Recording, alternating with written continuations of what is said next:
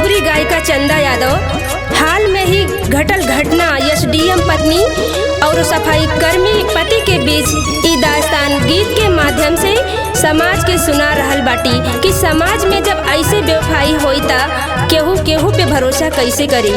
हम कहे चाहत बानी ज्योति मौर्य से और का कहे चाहत बानी, आई सुनी ई गीत के माध्यम से।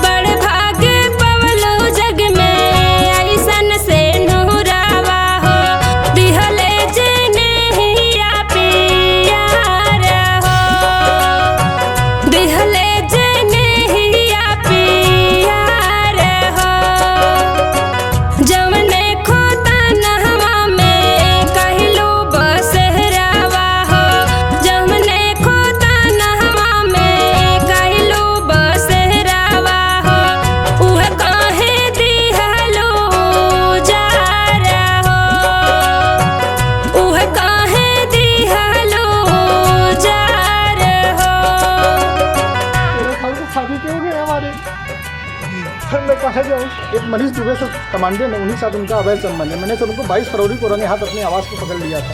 मेरी नौकरी जाने वाली सर, वो सर इतना सब घोटाला की हुई है, 10-10 लाख रुपए सर लेती है, पता करने का उनके हाथ कोई कार्रवाई नहीं हो रही है सर। जिला कमांडेंट होमगार्ड गाजियाबाद में है सर, वो खुद शादीशुदा पहले से है सर।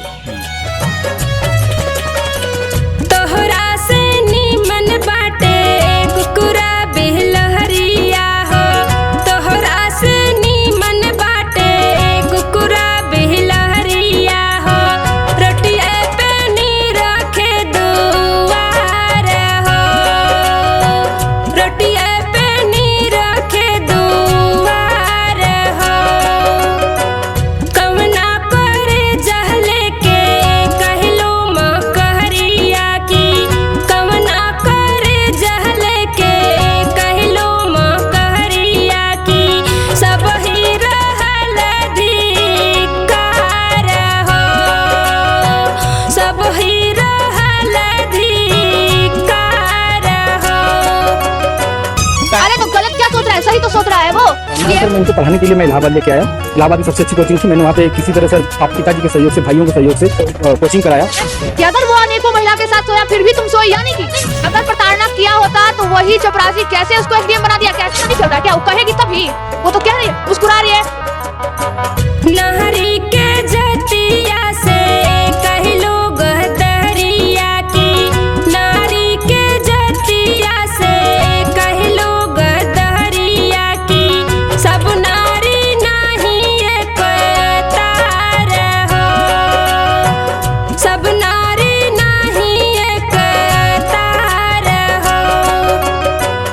उड़ती पतंगिया भैलू पहाई नौकरिया ज्योति, उड़ती पतंगिया भैलू पहाई नौकरिया ज्योति, कटल हो डोरिया तोहार हो, कटल हो डोरिया तोहार हो।